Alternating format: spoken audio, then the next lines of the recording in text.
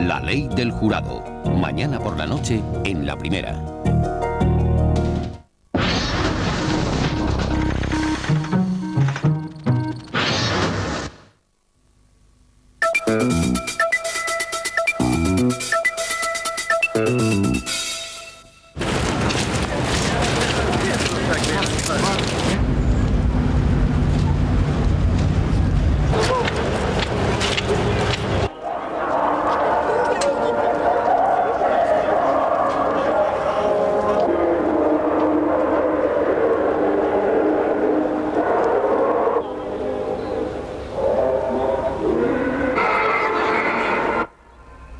Buenas noches. Solo 4 años separan estas imágenes que acaban de ver.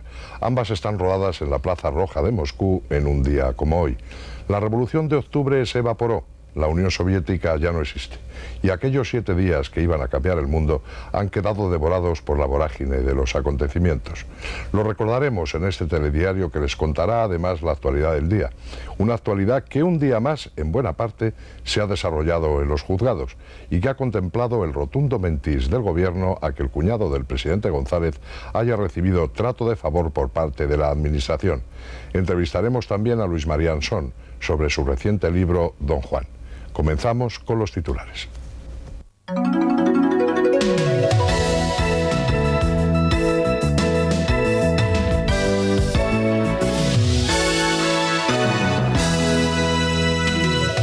El gobierno califica de conjunto de falsedades las informaciones sobre el cuñado de Felipe González que tratan de implicar al presidente en casos de favoritismo. Jordi Pujol se compromete a aclarar un posible tráfico de influencias del conseller de Obras Públicas, Josep María Cullell, en beneficio de su cuñado.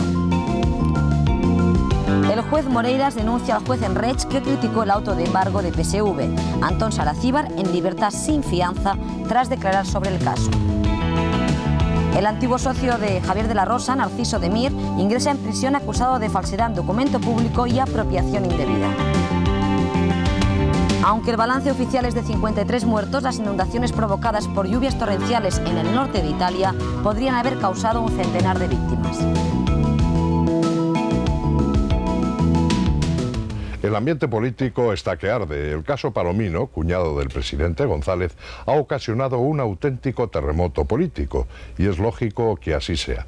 El gobierno reitera que las informaciones publicadas hoy por el diario El Mundo son falsas. Dice estar dispuesto a llegar hasta el final y a explicarlo en el Congreso. Lo hace por primera vez en este tipo de asuntos mediante una nota formal. La oposición, sin embargo, no se da por satisfecha. Así están las cosas, en un clima de alta tensión y enfrentamiento político sin concesiones. Partido y Gobierno han salido hoy en defensa de Felipe González, en la pugna que el presidente del Gobierno mantiene contra lo que considera una campaña contra su persona. El Gobierno afirma que es falsa la información sobre un presunto trato de favor a CAE, una empresa relacionada con el cuñado del presidente, Francisco Palomino, ya que Moncloa asegura no ha adjudicado a dedo el contrato de electrificación a esta empresa en ninguna instalación de presidencia del Gobierno, y que las obras de los aeropuertos de Sevilla y Barcelona se adjudicaron a Dragados y Construcciones y Fomento de Obras, empresas que subcontrataron parcialmente con CAE. La nota asegura que se adjudicó a Comsa, y no a la empresa de Palomino, un contrato de 800 millones para obras en el Palacio de Congresos de Madrid, y que tampoco la sociedad Expo 92 adjudicó ninguna de las obras que se atribuyen a CAE para la Exposición Universal. Estas falsedades, asegura el Ejecutivo, constituyen un intento evidente de implicar al Gobierno y a su presidente en supuestos casos de favoritismo. El Gobierno termina su nota reafirmando su defensa de la libertad de expresión y del derecho a la información libre y veraz de todos los ciudadanos. La ejecutiva del Partido Socialista, por su parte, ha denunciado también la existencia de una campaña contra Felipe González en la que involucra al Partido Popular. A lo largo de estos últimos días ha vuelto a alzarse una oleada de descalificaciones, de medias verdades y de simplificaciones que trata de restablecer en la sociedad un clima de crispación, desasosiego e intranquilidad. Y que, como único objetivo o recurso en manos de algunos de nuestros adversarios, para quebrar la credibilidad del Partido Socialista y, en particular, la del secretario general y presidente del Gobierno. En su contestación a las afirmaciones de Cyprien Giscard, el Partido Popular niega en un comunicado estar creando un clima de desasosiego en la sociedad española, ya que no ha contratado al señor Palomino, ni es responsable de la fuga de Roldán, señala, ni de la agenda del juez Moreiras. El PP sugiere al PSOE que acuda a los tribunales si se siente calumniado y atribuye las declaraciones de Giscard a la falta de argumentos del gobierno para demostrar que no está involucrado en los casos de corrupción. En la próxima comparecencia parlamentaria, Felipe González tendrá que responder a una pregunta del Partido Popular sobre el caso Palomino. Por lo tanto, pensamos que es nuestra obligación ahondar en la certeza, en la veracidad de esas informaciones tan exhaustivas, tan documentadas que han aparecido en los medios de comunicación. Por su parte, Izquierda Unida también remitirá una pregunta al presidente del Gobierno sobre el mismo caso. Junto con el PP, esta coalición ha pedido que el ministro de la Presidencia, Alfredo Pérez Rubalcaba, explique las vinculaciones de Francisco Palomino con las obras realizadas en la Moncloa y señala que puede tratarse de un caso en el que no se ha actuado con ética. Que yo creo que determinadas empresas en este país, en casi todos, a veces utilizan, entre comillas, el captar a su entorno, a personas del entorno también del gobierno, para así facilitar de una manera más natural el acceso a determinadas obras, etc. Y en Cataluña, Jordi Pujol y su partido, Convergencia Democrática, se han comprometido a clarificar la posible implicación del conseller de Obras Públicas, Josep María Cullell, en un presunto caso de tráfico de influencias. La oposición ha pedido responsabilidades políticas si se confirma que Cullell presionó a la esposa del alcalde de Sant Pere de Torelló para que este ayuntamiento comprase unos terrenos a su cuñado. Cullell ha anunciado que presentará una querella. Cullell alega que hace 2 años no ocupaba cargos en el gobierno catalán, desmiente el contenido de sus supuestas conversaciones telefónicas según lo publicado y argumenta que incluso en el caso de que pudieran haber sido grabadas, solo por el hecho de ser delictiva la grabación ya no tendrían que tomarse en cuenta. El consejero, según fuentes del propio gobierno de Pujol, seguirá en su cargo, mientras toda la oposición ha pedido su cabeza si no demuestra que no son ciertas las acusaciones. Corresponde a todos los políticos clarificar sus conductas y corresponde al Consell Ejecutivo y al conseller tomar las decisiones que crean convenientes en cada caso. Partido Popular, Iniciativa por Cataluña y Esquerra Republicana han pedido que Cullell dé explicaciones de inmediato ante el Parlamento. El propio partido del consejero ha planteado que el caso se debe aclarar con la máxima transparencia. Sobre este tema en particular, hay un compromiso de Convergencia y Unió y del presidente de la Generalitat para una total transparencia y clarificación de los temas que generen cualquier tipo de duda o preocupación. El otro partido coaligado en el gobierno catalán, Unió Democrática, se ha dirigido al presidente Pujol para que éste tome medidas si se comprueba la veracidad de las acusaciones.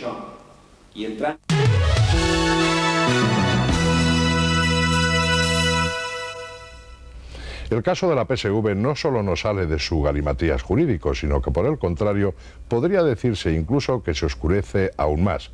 Moreiras ha dicho hoy que no está por la labor de reducir la ya famosa fianza de 65.000 millones y, por si eso fuera poco, reclama las firmas originales y no las fotocopias de los cooperativistas que han renunciado a ejercer acciones civiles. Denuncia además ante el Consejo General del Poder Judicial al otro juez que criticó su auto.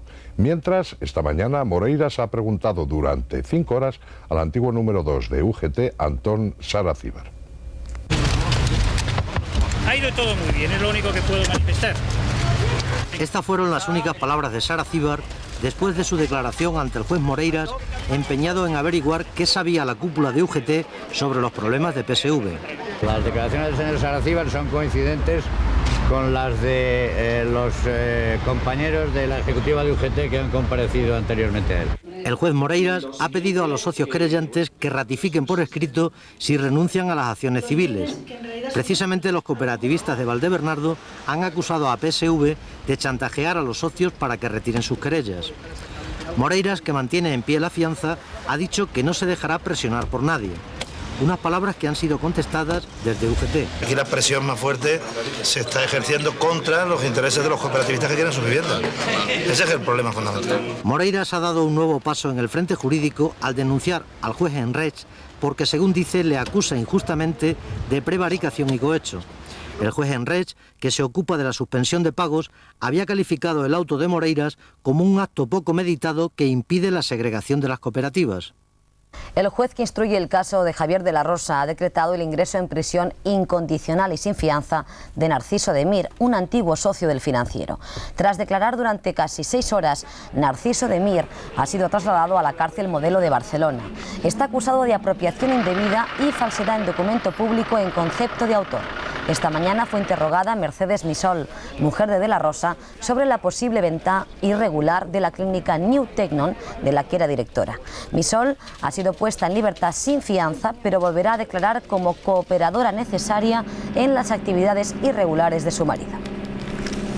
En medio de la polémica recurrente sobre la legalización o no del hachís, el alcohol se revela una vez más como la droga que más daño hace a los españoles.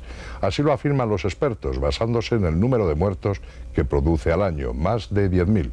Los expertos dicen también que en nuestro país se da más prioridad a la lucha contra las drogas ilegales porque el alcoholismo no molesta y está asimilado culturalmente.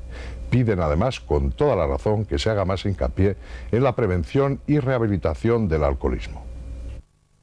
En España se calcula que por cada heroinómano hay 40 alcohólicos.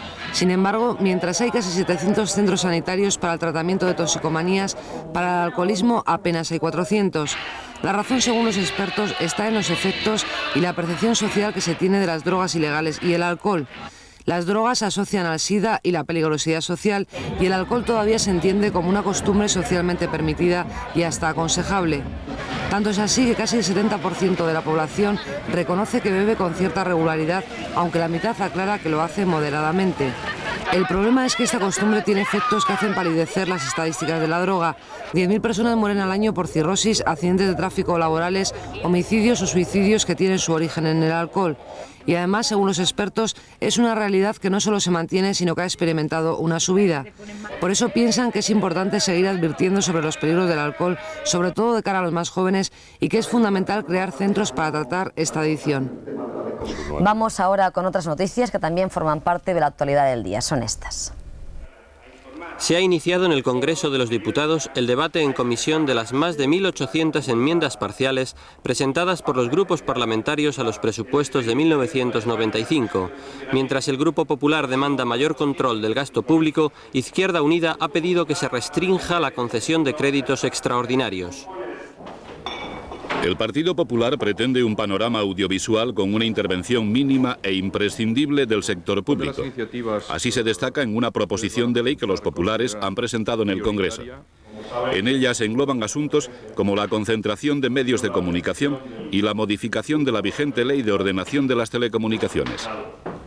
El presidente del Tribunal de Cuentas, Adolfo Carretero, ha presentado su renuncia por motivos de salud. Ciriaco de Vicente ocupará interinamente el cargo hasta que el Congreso de los Diputados elija al nuevo presidente. El Gobierno ha valorado positivamente la actividad de Carretero al frente del Tribunal de Cuentas, que ha calificado de tenaz. Día de premios para la nueva narrativa española. Mientras en Barcelona se concedía el premio Herralde a los escritores Pedro Zarraluki y Carlos Perellón, en Madrid se hacía público el Premio Nacional de Narrativa. El galardón ha sido para un autor apenas conocido hasta ahora, el vallisoletano Gustavo Martín Garzo. Los italianos están desolados por las terribles inundaciones que pueden haber provocado un centenar de muertos en la zona del Piamonte, al norte del país. Por otra parte, nadie se explica la facilidad con que se han derrumbado muchos edificios o se han desbordado algunos ríos. Y en España, aunque no ha habido víctimas mortales, el temporal ha provocado importantes daños materiales, sobre todo en la costa coruñesa de Muros. Hasta los más ancianos del lugar dicen no haber visto nada igual. La tromba de agua sorprendió a los vecinos de Muros durante la mañana de ayer. Algunos conductores fueron rescatados de sus vehículos cuando eran arrastrados hacia el mar. Todo el pueblo ha quedado convertido en un barrizal mientras miembros del ejército trabajan en la reconstrucción del puente que une la comarca con Santiago de Compostela. Mal de muchos no es ningún consuelo y en el norte de Italia han debido pensar que se les venía encima el diluvio. En apenas 2 días el temporal ha derrumbado casas y ha convertido los ríos en auténticos mares de barro. El balance oficial es de 53 muertos, pero contando los desaparecidos, las víctimas mortales podrían ser un centenar. Al lado de estas desgracias, los millones de dólares en daños materiales son un dato secundario. Y una vez que el temporal ha amainado, en Italia se avecina una tormenta política. Las autoridades de las zonas afectadas dicen que el gobierno ha reaccionado tarde y mal frente a la catástrofe. El ministro de Interior está dispuesto a abrir una investigación para depurar responsabilidades. Muros que cedieron ante la presión de los ríos, casas que se derrumbaron como si no tuvieran cimientos y una deforestación alarmante incapaz de absorber la lluvia. Argumentos para que partidos políticos se culpen mutuamente en los próximos días.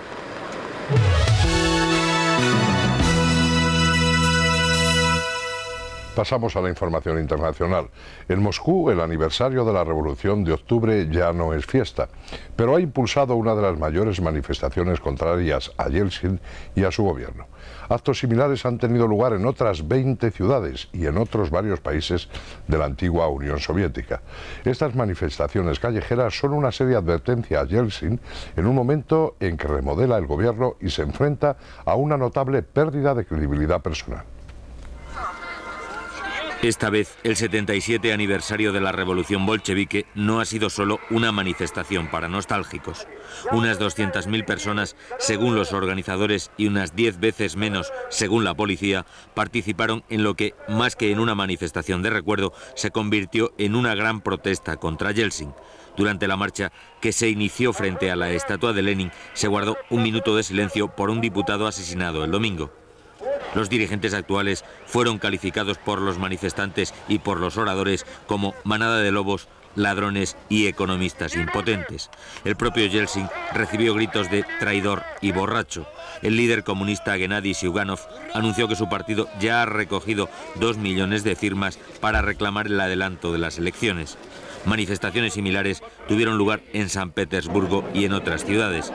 En la capital de Ucrania, una manifestación del mismo signo que las de Rusia terminó con algunos incidentes con la policía, que en todo momento evitó que los comunistas chocaran con una manifestación opuesta organizada por los nacionalistas.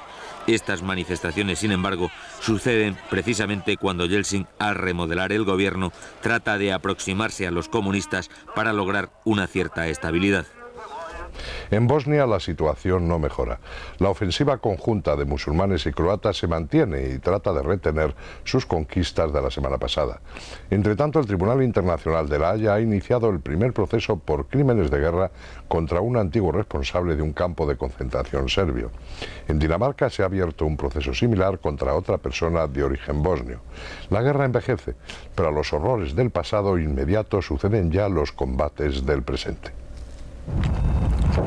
Los serbios afirman haber recuperado un tercio del terreno perdido durante la semana anterior.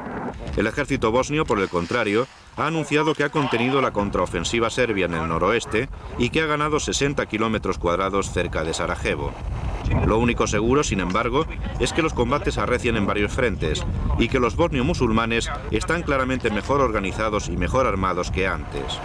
Por ello, un portavoz del Departamento de Estado estadounidense se ha apresurado a declarar que Washington, aunque propugna el levantamiento del embargo de armas a Bosnia, no está contribuyendo al rearme de las tropas de Sarajevo.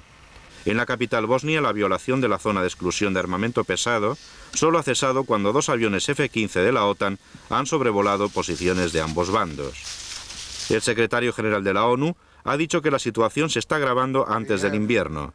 Boutros Ghali ha reconocido que las Naciones Unidas estudian una posible retirada de los cascos azules. Por su lado, tras un encuentro con su superior, el enviado de Ghali, Yasushi Akashi, ha dicho que el reequilibrio militar en Bosnia puede obligar a los serbios a flexibilizar su postura. Tras las elecciones de ayer, los albaneses parecen haber rechazado mayoritariamente la nueva constitución. Los resultados oficiales se conocerán dentro de unos días. El presidente albanés, Ali Berisha, ha admitido implícitamente el rechazo a la nueva Constitución. Según el Partido Socialista, en la oposición, más del 60% de los albaneses ha votado no. Precisamente la oposición había criticado el texto por entender que otorgaba demasiados poderes al jefe del Estado. El referéndum se desarrolló en medio de numerosos incidentes, entre ellos la muerte de un observador del gobernante Partido Democrático. Los estadounidenses acuden mañana a las urnas para renovar por completo la Cámara de Representantes y un tercio del Senado. También se elegirán 36 gobernadores, alcaldes y otros cargos públicos. Los últimos éxitos en política internacional y la intensa campaña desarrollada por el presidente Bill Clinton no impedirán, seguramente, un triunfo del Partido Republicano que podría conseguir la mayoría en la Cámara Baja. Fuerte ofensiva gubernamental contra la ciudad angoleña de Huambo. Las tropas del gobierno de Luanda aseguran haber tomado esta localidad, la segunda en importancia del país y cuartel general de la guerrilla UNITA. Este grupo guerrillero y varias organizaciones humanitarias desmienten la toma de la ciudad. En cualquier caso, la ofensiva pone en peligro la firma de un nuevo acuerdo de paz el próximo día 15. El gobierno irlandés ha anunciado hoy la liberación paulatina antes de Navidad de los presos del IRA, unos 50 recluidos en cárceles de la República de Irlanda. Con este paso, Dublín trata de responder a la tregua del IRA. En contrapartida, el Sinn Féin, el ala política del IRA, ha aceptado negociar el destino del armamento del ejército republicano irlandés en territorio de la República.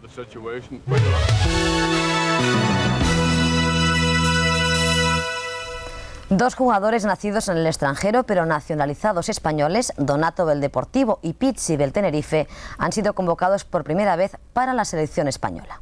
También debutará Belsué del Zaragoza, quien vemos en imagen. Javier Clemente ha dado a conocer la lista de 18 jugadores para el partido que España disputará contra Dinamarca el día 16 en Sevilla. Se echa en falta a Fernando Hierro y a Pep Guardiola, que se encuentran lesionados. En la convocatoria también destaca el veterano José Mari Vaquero, que a causa de su continuo esfuerzo en Barcelona es llamado por Clemente solo para los partidos más importantes. Precisamente el Fútbol Club Barcelona se ha deshecho hoy en elogios hacia el jugador del Real Madrid, Emilio Butragueño, quien no fue convocado por Jorge Valdano en el derbi del sábado. El técnico Carles Reixac ha dicho textualmente que si Butragueño no desea jugar en el Real, tendría la oportunidad de hacerlo en el Barça, ya que se trata de un futbolista de mucha calidad. Así pues, la polémica entre Madrid y Barcelona de nuevo está servida. La dicotomía futbolística Barcelona-Madrid, Madrid-Barcelona se sigue alimentando porque es lo que interesa. La ausencia de Butragueño en la última convocatoria de Valdano da que hablar en Madrid y en Barcelona. Emilio es un jugador que goza de las simpatías de la afición catalana y también de los técnicos del Barça. Nosotros hemos dicho también en alguna ocasión que tendría cabida en el Barcelona, lo que pasa es que hace poco leí unas declaraciones que dijo que no iba a jugar en ningún equipo español que no fuera el Real Madrid, ¿no? Por lo tanto esto nos cierra un poquito las puertas. Pero eso Carlos también lo dijo Laudrup, que no jugaría en ningún equipo español que no fuera el Barcelona en el extranjero y está jugando en el Real Madrid, entonces eso... Bueno, si cambia de opinión, pues a lo mejor hay alguna posibilidad. Hoy la mano derecha de Cruyff habló también del último descubrimiento blanco, autor de un gran gol el pasado sábado en el derbi madrileño. Yo creo que es un hombre que llegar ya ha llegado con un gran nivel y el único problema que puede tener ahora, como todos los grandes jugadores, es mantenerse en primera línea. Está claro que Raúl empieza a enamorar a media España. La Federación Española de Fútbol ha preferido no responder a las duras declaraciones de Jesús Gil contra los responsables federativos. Acostumbrados a que Gil se meta con ellos, han dejado la decisión sobre un posible castigo en manos del comité de competición. Tras la derrota de su equipo ante el Real Madrid, Jesús Gil ha pedido, entre otras cosas, la dimisión del presidente Ángel María Villar. A mí me pueden tocar la nariz y iba a decir otra cosa, con todos los comités que queréis montar, porque es una vergüenza. Además os he ganado en los tribunales serios, no en esos tribunales de comités que os habéis inventado para acobardar y capar la voluntad de la gente. Han montado su huerto, han montado su estatus a costa de los gilipollas que estamos aquí, los tontos. ¿Qué cara de tonto tengo yo? Señor Sánchez Arminio, ¿tú crees que yo soy idiota o qué? Pues que no solamente te roban ni te atracan, señor Villar, te atracan, y usted lo consiente.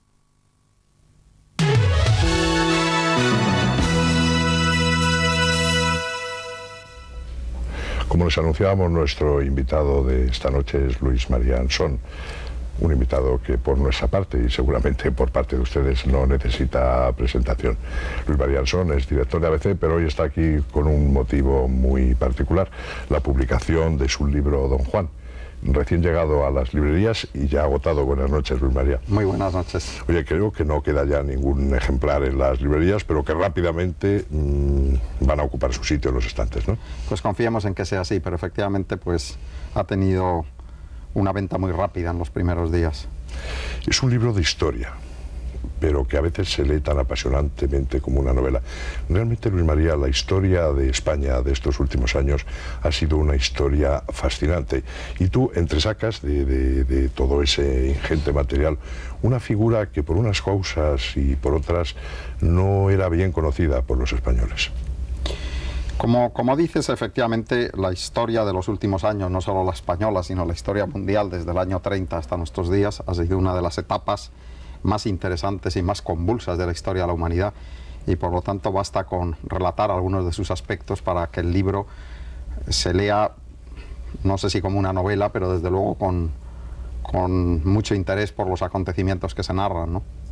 Después, efectivamente, cuando uno despoja a la monarquía de toda esa hojarasca y de todos esos oropeles de las bodas, los bautizos, los funerales, los entierros, los besamanos, y se queda el tronco desnudo de la institución monárquica, el rey adquiere un papel diferente y en cambio pues crece el papel de los que han sido los dirigentes, en este caso de la causa monárquica, nada menos que durante 44 años, desde 1931 a 1975. Y tú entresacas, no digo del olvido, porque no está olvidado, un personaje muy interesante que es Sáenz Rodríguez, y que tú le haces prácticamente mentor de la monarquía parlamentaria y constitucional. Para muchos ha sido una sorpresa ese papel de Sáenz Rodríguez.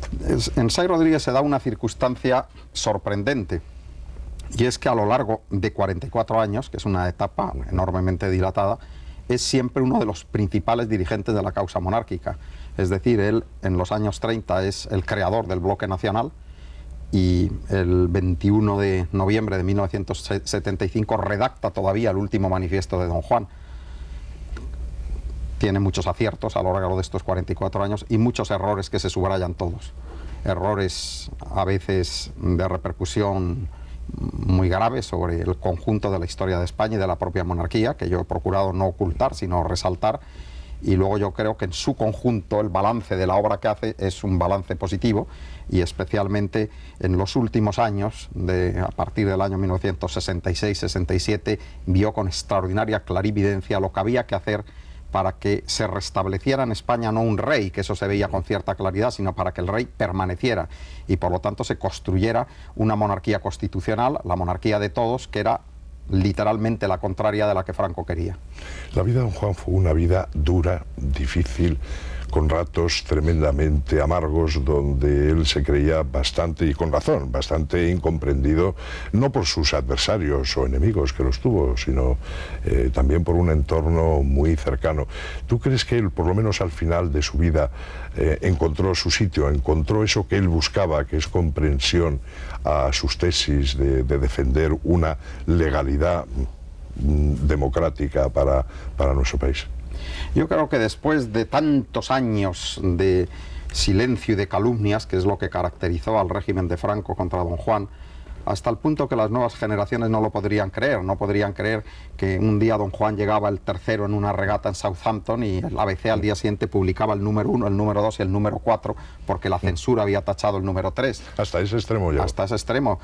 En fin, yo creo que esas nuevas generaciones que en estos momentos están viendo este telediario no se pueden creer que en la boda del entonces príncipe Don Juan Carlos, que naturalmente fue presidida por Don Juan como padre del novio con el rey de Grecia, pues el reportaje que se hizo en televisión española, aquí mismo, se dio a la 1:30 de la madrugada para procurar que lo viera la menor gente posible, y además los técnicos de televisión española recibieron instrucciones, y allí donde aparecía Don Juan, en la iglesia, en una recepción, se fundía un mueble, se fundía un arbusto para que no apareciera Don Juan, de manera que el reportaje se vio sin que se viera al padre del novio.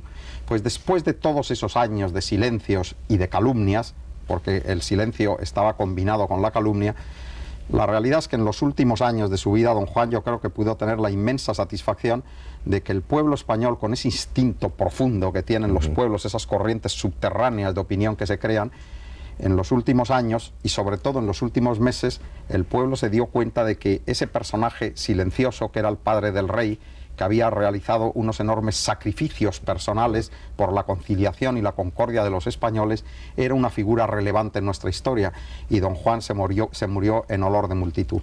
Eso creo que es una realidad innegable y que demuestra cómo las dictaduras son solo los paréntesis de la historia, y por mucho que traten de vilipendiar a una persona, al final la realidad histórica y la verdad sale a la luz. Para terminar, Luis María, ¿cuáles son las virtudes que tú resaltarías en Don Juan como testigo directo de esa difícil vida de Don Juan? A mí me parece que era un hombre que tenía muchos defectos porque los tenía, pero tenía algunas virtudes excepcionales. Una de ellas era la grandeza de espíritu. Era un hombre sin rencor para nadie, jamás pronunció una palabra contra Franco, y ya muerto Franco nadie le pudo escuchar una crítica, una posición acerba hacia él. Esa grandeza de espíritu la combinaba con una inmensa humanidad, una humanidad que se derivaba en gran parte de su amor por los humildes. Él estaba siempre al lado del débil contra el fuerte. Alguna vez que yo le pregunté, me explicó cómo, siendo todavía un adolescente, lo que le impresionaba de las películas de Charlot, a las que era gran aficionado, no era el humor, sino era ver que aquel personaje de Charlot estaba siempre a favor del negro y en contra del blanco, a favor del pobre y en contra del rico, a favor de la mujer y en contra del hombre, a favor del débil y en contra del fuerte. Y eso a él le condicionó, y a lo largo de su vida le hacía tan humano y era tan sorprendente el atractivo que tenía para la gente por esa actitud permanente de estar siempre, esa actitud progresista en definitiva, de estar siempre al lado del débil y en contra del poderoso, en contra del fuerte. Y ahora sí, para terminar, ¿reacciones en Zarzuela ante el libro? Yo soy monárquico y por lo tanto jamás he comprometido ni a don Juan, y mucho menos a don Juan Carlos, que es rey de hecho y de derecho de España, en ninguna de mis actividades. Yo no le he enviado previamente el libro al rey para que lo conozca, ni se lo he enviado después, porque no quiero forzar una carta dándome las gracias, de manera que personalmente no tengo ninguna reacción. Me siento inmensamente satisfecho porque Pilar Miró, que es por otra parte un personaje extraordinario, el otro día a micrófono abierto en su tertulia dijo que había hablado con el rey, y el rey le había hecho pues un elogio seguramente inmerecido para mí del libro, diciendo que no solo era la mejor biografía de don Juan, sino que era el mejor libro que se había escrito sobre la monarquía. Pues yo me siento enormemente satisfecho porque creo que el rey tiene un criterio excelente y un criterio ponderado. Seguramente en este caso pues le ha dictado también el cariño que desde hace muchos años pues me ha demostrado. Pues Luis María, enhorabuena y adelante con la segunda y con la tercera edición. Muchísimas gracias. Y muchas gracias a todos los espectadores. Muchas gracias.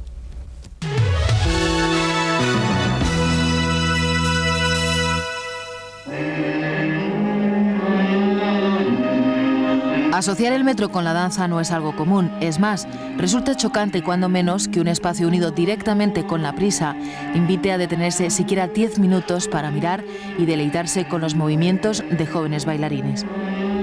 Por segunda vez, el Festival de Otoño de Madrid ha puesto en marcha una iniciativa arriesgada y original: llevar la danza al metro para acercarla al ciudadano. Está muy cerca de la gente. Metro mueve 2 millones y pico de personas al día y yo creo que la gente está muy cerca de la danza, ¿no? 4 jóvenes compañías, la de Contratiempo, Teresa Nieto, Elena Alonso y Provisional Danza, pasearán sus coreografías por salas, vestíbulos y andenes de diferentes estaciones. Este año, por primera vez, el flamenco se suma a este proyecto que atrae muy especialmente a los jóvenes. Para mañana se esperan precipitaciones generalizadas y persistentes en Galicia. Habrá lluvias débiles y dispersas en distintos puntos del Cantábrico, las 2 mesetas y Extremadura. Predominarán los cielos despejados en Murcia, Valencia, Baleares y Canarias. Las temperaturas estacionarias un ligero ascenso.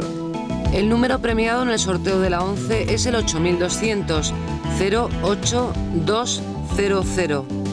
Y esta es la combinación ganadora de la Bonoloto: 17, 22, 24, 32, 36 y 44. Número complementario el 27. Y el reintegro ha correspondido al número 2. 62 países conocen ya el espectáculo Antología de la Zarzuela, un espectáculo creado y dirigido por José Tamayo, uno de los directores escénicos más arriesgados de España. La primera vez que José Tamayo se atrevió a reunir en una sola producción lo mejor del género fue en 1966. Han pasado 30 años y la fórmula sigue resultando un éxito. Esta noche se ha reestrenado con algunas modificaciones la nueva Antología Andaluza. Ha sido en el Teatro Nuevo Apolo de Madrid. Las arias más famosas, los dúos más conocidos y las escenas más representadas de la zarzuela de ambiente andaluz son la columna vertebral de esta Antología Andaluza de la Zarzuela. Un montaje que no es nuevo, pero que cada vez que se representa acumula loas y alabanzas. Albéniz, Turina, Manuel de Falla, Tomás Bretón, lo mejor de la música española de este siglo. Grandes son ellos y grande es también el espectáculo. Todo es un exceso brillante y bien realizado. Carros y carretas, bueyes, bailarines, barítonos y sopranos desfilan sobre el escenario. Esta es una buena manera, quizá al estilo americano, al estilo de los grandes musicales, de acercar la zarzuela, un género denostado y considerado menor. Suele ocurrir con las cosas hechas en casa. Posiblemente todo sea porque se escucha poco. Nos despedimos, pero antes una noticia de última hora. Según fuentes judiciales, el Tribunal Supremo confirma la condena de 20 años de prisión para José Prado Bugallo, Sito Miñanco, por tráfico de drogas y otros delitos impuesta por la Audiencia Nacional. Su abogado recurrió esa sentencia alegando que las cintas intervenidas debían de ser anuladas por carecer de valor probatorio. El Tribunal Supremo, que hará pública la sentencia mañana, no ha tenido en cuenta esa alegación.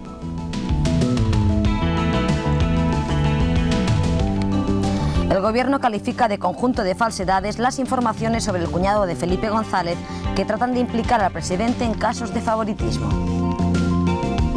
Jordi Pujol se compromete a aclarar un posible tráfico de influencias del conseller de Obras Públicas Josep María Cullell en beneficio de su cuñado.